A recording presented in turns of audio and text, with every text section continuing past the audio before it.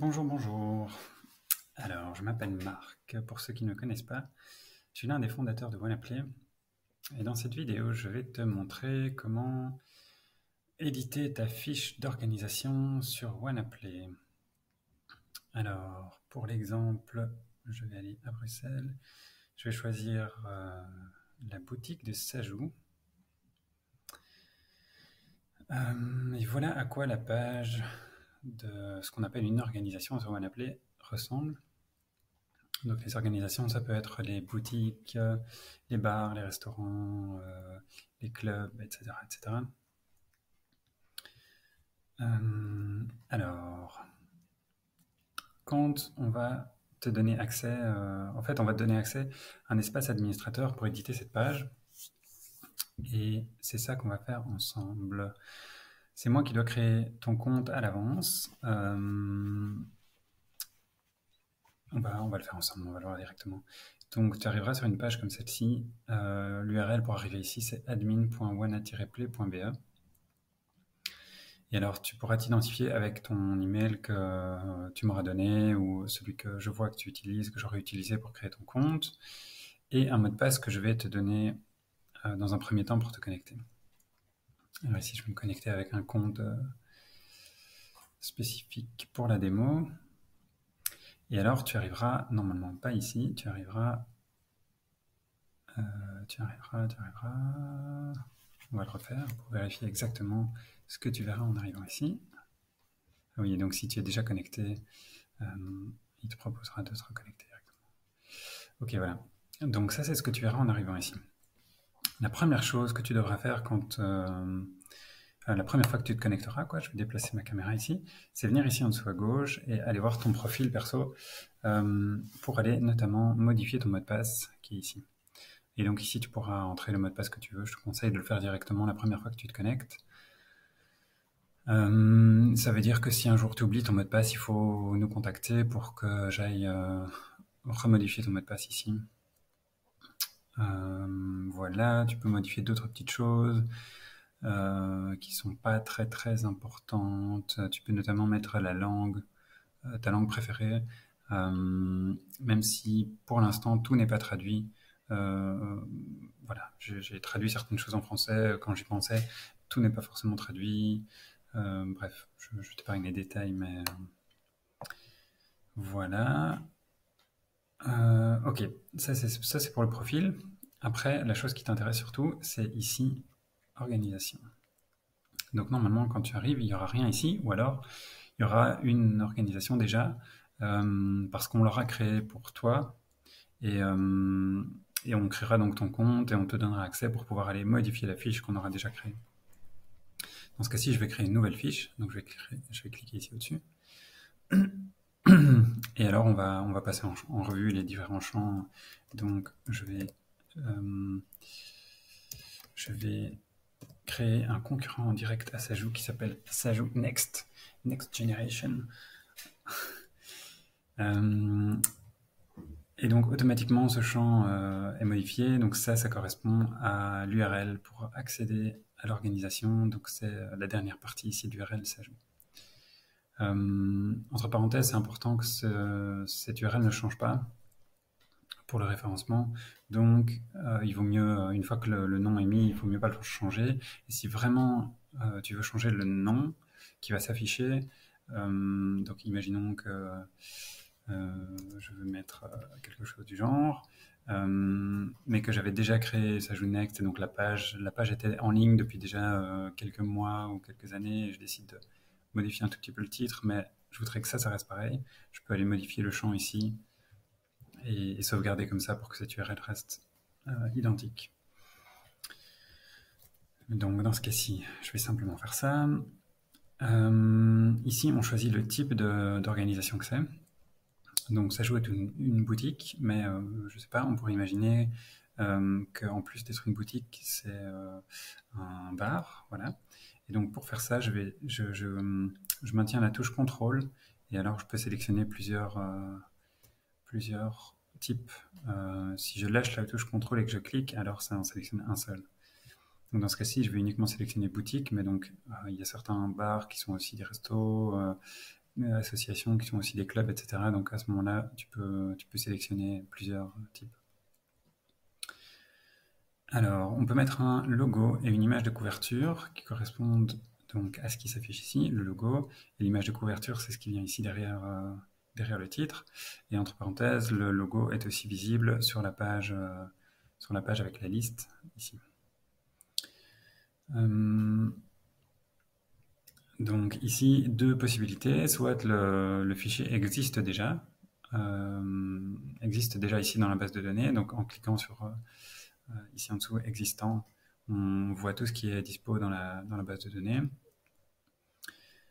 Ou alors, tu charges, ce qui est plus probable, tu charges une image depuis ton ordinateur, tu cliques ici au-dessus à droite sur sélectionner depuis l'appareil, et là tu peux aller chercher les images que tu veux. Moi ici, je vais sélectionner existant, puisque Sajou est déjà dedans. Il faut bien cliquer ici au-dessus sur le petit V quand on veut sélectionner une image. Image de couverture, pareil, je vais sélectionner une existante qui est là. Alors, les heures d'ouverture. Il suffit de cliquer et alors ça t'ouvre une petite boîte comme ça. Alors, si on regarde de nouveau sur la page, comment ça se présente? Donc, les horaires, on a les horaires par jour, enfin, ou pour plusieurs jours. Et puis après, on a un texte libre. Ce qu'on est en train de faire ici, c'est la première partie, c'est-à-dire on va jour par jour dire quels sont les horaires d'ouverture.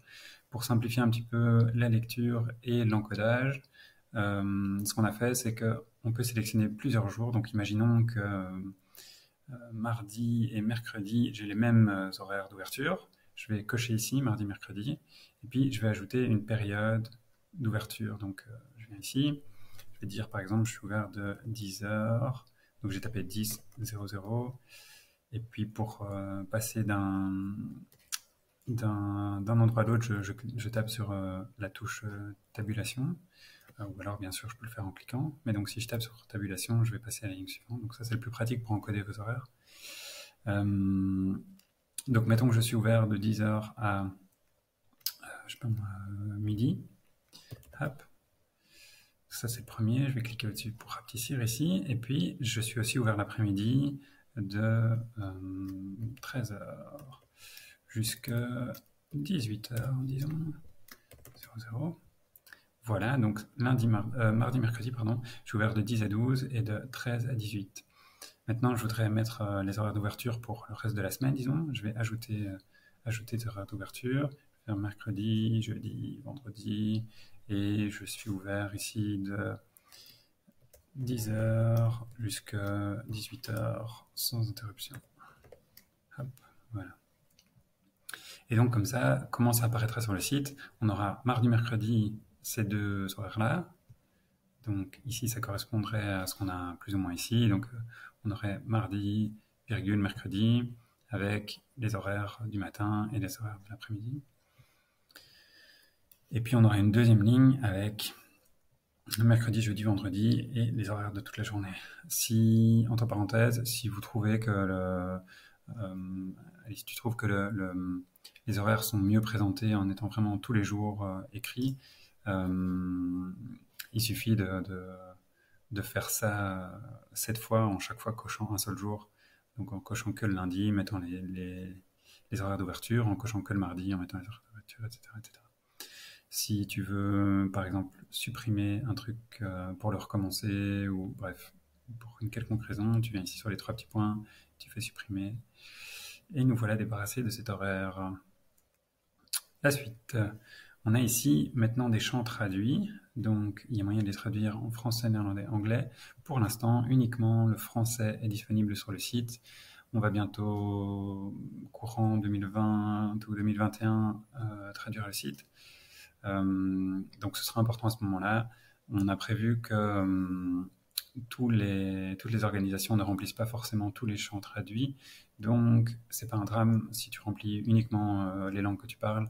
C'est d'ailleurs c'est même le plus logique. Et dans un premier temps, quoi qu'il en soit, c'est uniquement le français qu'il faut remplir. Alors on a deux champs dans les champs traduits. On a un champ remarque concernant les horaires d'ouverture, et donc ça sur le site, ça correspond à ce qu'on avait ici en dessous. Et donc, mettons que je vais faire ça, hop, pour montrer un petit peu comment ça se passe.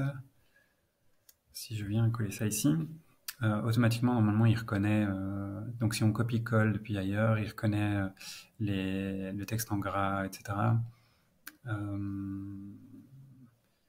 Voilà, ça c'est les possibilités que tu as. Bien sûr, tu peux mettre des liens. Tu peux mettre des liens vers ton site, vers une page spécifique qui explique un peu plus en détail ou n'importe quoi. C'est aussi un bon endroit, ici la description concernant les horaires, c'est un bon endroit pour parler des éventuelles soirées-jeux.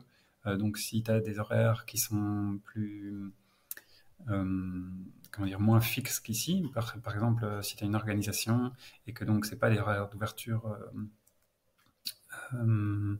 allez, chaque semaine, le mardi ouvert de telle heure à telle heure, mais que c'est une soirée jeu tous les derniers vendredis du mois, etc., etc. Dans ce cas-là, tu laisses carrément tomber le champ ici, heure d'ouverture, et tu renseignes tout ça directement ici, dans le champ remarque. Et donc à ce moment-là, c'est du texte, donc tu mets exactement ce que tu veux pour décrire les moments où il y a des activités, ce genre de choses. À noter, tant qu'on y est, que pour les événements, donc si tu organises des événements, on va aussi faire en sorte de lier les pages organisation aux événements. Donc, dans un avenir proche, on retrouvera, donc pour l'instant, si je reviens à la page précédente, on a les événements qui sont ici au-dessus. Donc, évidemment, pour l'instant, il n'y en a pas beaucoup avec le coronavirus. Mais si tu as des événements, tu organises des événements et les événements sont d'habitude référencés sur OneApply, on te laissera la possibilité de créer tes événements et en plus qu'ils soient liés ici directement sur la page, ils seront apparents ici en dessous de la page organisation. Donc c'est une deuxième façon pour pas devoir venir modifier évidemment cette description à chaque fois qu'il y a un nouvel événement. C'est pas ici qu'il faut mettre les nouveaux événements. Il y aura une place vraiment dédicacée pour ça. C'est là que je voulais en venir. Ok, donc voilà pour la description des horaires. Et alors, deuxième champ traduit, c'est la description, vraiment la description de l'organisation. Donc dans ce cas-ci, c'est ceci. Pareil, c'est le même champ, le même type de champ, donc ça va reconnaître les textes en gras, etc., etc. Ah oui, tiens, juste une petite remarque. Tu remarques ici, il y a deux paragraphes. Et par contre, ici, c'est un passage à la ligne qui ne fait pas un paragraphe. Donc ici, j'ai fait un paragraphe, mais si jamais je fais Shift, Enter, ça fait un passage à la ligne sans faire un nouveau paragraphe. Voilà, donc ça c'est juste un petit tuyau si jamais tu veux faire ce genre comme ici, passage à la ligne, mais sans qu'il y ait un espace entre les deux paragraphes. C'est comme ça qu'il faut faire. Voilà, voilà. Une adresse, ça c'est intéressant. Donc voilà, par exemple, ça c'est un exemple des champs non traduits. Rue, numéro, le code postal, la ville. Bien sûr, on est en Belgique. Pour l'instant, on ne fait que la Belgique. Donc voilà, j'ai déjà prévu de pouvoir mettre la France, mais ce sera pas tout de suite. Donc allez, je vais le faire au moment pour montrer en fait 45. Voilà, au fur et à mesure qu'on remplit ça, ça se remplit ici aussi. Et donc, une fois que tu auras édité une première fois cette adresse, voilà, elle sera visible ici avec le champ sera fermé. Donc, ça c'est juste pour le confort de lecture et tout ça. Ensuite, qu'est-ce qu'on a ? On a deux sets de cases à cocher ici qui correspondent à ce qui s'affiche ici. Donc, est-ce qu'il y a des animateurs sur place? Est-ce que tu fais de la vente de jeux neufs, de la vente de jeux d'occasion, ce genre de choses? On va pouvoir le spécifier. Et alors ici, on va regarder les listes ensemble. Donc ici, amateur vente, ça correspond à la première liste, tout à fait. Donc, est-ce qu'il y a des jeux disponibles sur place? Est-ce qu'il y a des animateurs sur place? Est-ce qu'on peut acheter des jeux neufs sur place? Est-ce qu'on peut acheter des jeux d'occasion? Est-ce qu'il y a des jeux vidéo? Voilà, ça c'est juste des cases à cocher ici, et donc qui trouveront leur équivalent en petit tag comme ça sur le site. Et alors la deuxième ligne ici, c'est des pictos. C'est plus, est-ce que on peut acheter des snacks sur place, donc je sais pas, paquet de chips, ce genre de choses. Est-ce qu'on peut acheter des boissons, de la nourriture un peu plus consistante? Est-ce qu'il y a du végétarien, du vegan, accès handicapé? Et est-ce que les enfants sont les bienvenus? Tout ça, c'est des cases à cocher. Entre parenthèses, si tu penses à des catégories qu'on n'a pas ici, qui seraient utiles pour toi, il faut nous le dire. De même d'ailleurs que pour tout ce qu'il y a sur cette fiche, s'il y a des choses que tu voudrais mettre quelque part et qu'en fait tu ne trouves pas vraiment la bonne place pour le mettre, bien sûr il y a le champ description dans lequel tu peux mettre des infos qui sont vraiment spécifiques à ton organisation, mais si tu penses à des choses qui seraient intéressantes pour d'autres gens, si tu penses à des fonctionnalités auxquelles on n'a pas pensé, il ne faut pas hésiter à nous écrire pour nous dire tout ça évidemment. Voilà, il reste juste quelques petits champs, une galerie d'images. Ok, là pour l'exemple, je vais sélectionner 2 images. Hop. De nouveau, hein, il y a moyen de les charger, donc créer nouveau ici. Et donc à ce moment-là, tu peux charger des images directement dans le système ici. Une fois que les images sont là, tu peux les réorganiser. Hop. Et pour choisir l'ordre dans lequel elles vont apparaître. Voilà. Et alors ici, renseigner l'URL complète de ton site web, l'URL complète de ta page Facebook, Instagram, Twitter, chaîne YouTube. De nouveau, si tu penses à d'autres réseaux sociaux que l'on n'a pas pensé, d'autres liens, faut pas hésiter à nous le dire. Et on a fait le tour. Une fois qu'on a rempli tout ça, le bouton pour sauver, il est ici en haut. Je ne sais pas si c'est plus intuitif, mais c'est comme ça. Et ton organisation apparaît ici. Si elle a un petit point bleu, c'est bon signe, ça veut dire qu'elle sera publiée sur le site. Si jamais tu te rends compte que tu as commencé à éditer ta fiche, mais t'es pas encore sûr, tu voudrais encore modifier la description avant que ce soit publié vraiment sur le site, tu peux ici sélectionner le statut draft, donc draft c'est brouillon. Donc tu peux remettre la fiche en brouillon, tu sauvegardes, et à ce moment-là, c'est une petite boule grise ici. Voilà. Chose à savoir, une fois que la fiche est sauvegardée ici, elle n'apparaît pas immédiatement mise à jour sur le site. Je passe les détails de pourquoi, du comment, mais c'est comme ça. Elle sera mise à jour toutes les nuits à 5 heures du matin. On fait une mise à jour du site et on revient chercher ici dans le système toutes les données et on les affiche sur le site. Donc, pour l'instant, il n'y a pas vraiment moyen de voir à quoi ressemble exactement ta fiche une fois que tu l'as remplie ici. Si tu as des questions, pareil, n'hésite pas à me contacter ou n'importe quoi. Plus tard aussi, on développera une fonctionnalité qui permettra de prévisualiser sa fiche, évidemment. Mais donc tout ça n'est pas encore disponible. Je pense que j'ai fait le tour. N'hésite pas si tu as des questions, des remarques, des idées. N'hésite pas à partager.